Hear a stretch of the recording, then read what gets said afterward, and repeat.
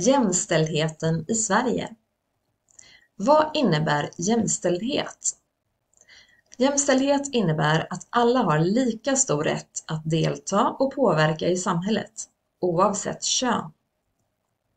Jämställdhet innebär att erkänna och respektera att alla människor är unika och har samma möjligheter och ansvar utan att begränsa någon på grund av deras könstillhörighet. Jämställdhet handlar om att utmana traditionella könsroller och att främja ett rättvist samhälle för alla. Sverige är ett mycket jämställt land, men ännu långt ifrån perfekt. Det är olagligt att behandla människor olika på grund av kön i Sverige.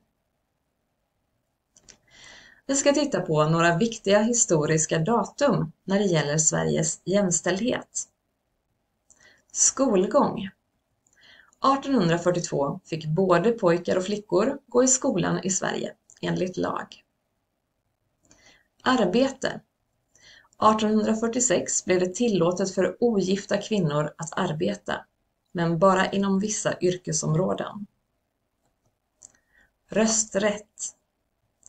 1919 fattades beslut i riksdagen om kvinnlig rösträtt och 1921 fick svenska kvinnor rösta för första gången.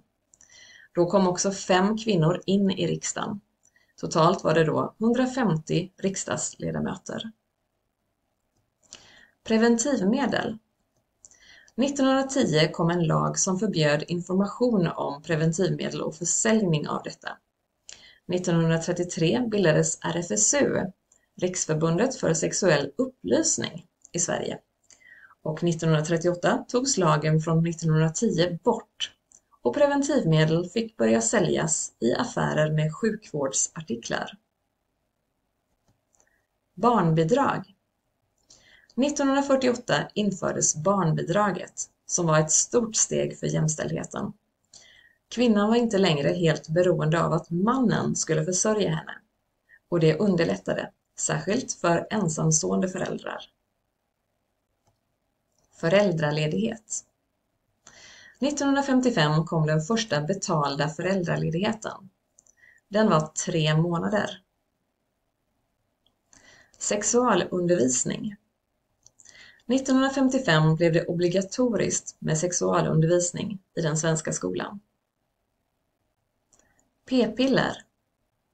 1965 såldes de första p-pillren i Sverige och kvinnan hade nu möjlighet att styra över sin egen reproduktion. Våldtäkt inom äktenskapet.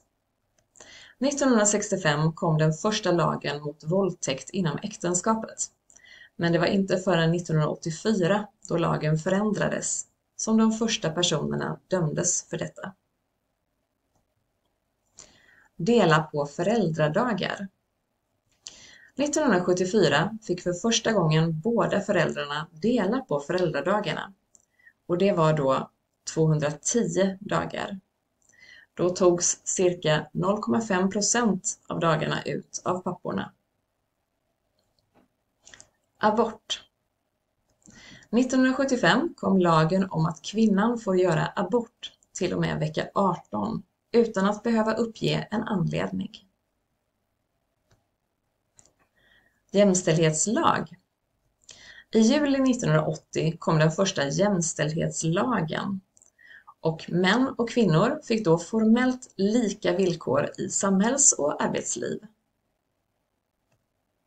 Ombudsman.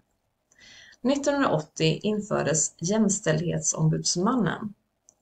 2009 infördes DO, diskrimineringsombudsmannen, som håller koll på alla sorters diskriminering. Till exempel diskriminering på grund av kön, etnicitet eller sexuell läggning. Köp av sex.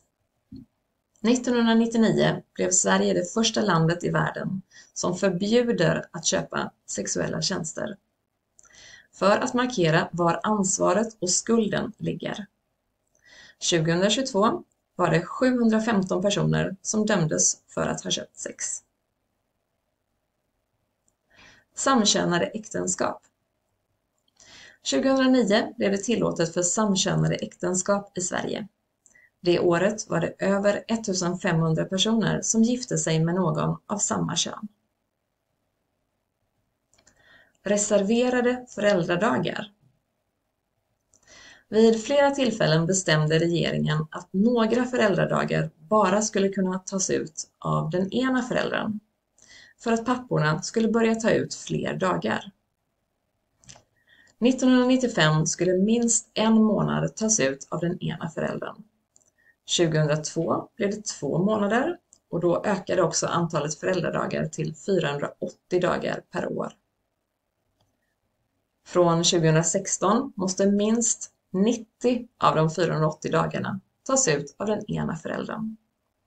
2022 tog pappor ut cirka 30% av föräldraledigheten.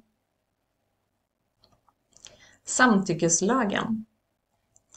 2018 kom samtyckeslagen och det blev nu straffbart att ha sex med någon om samtycke saknas.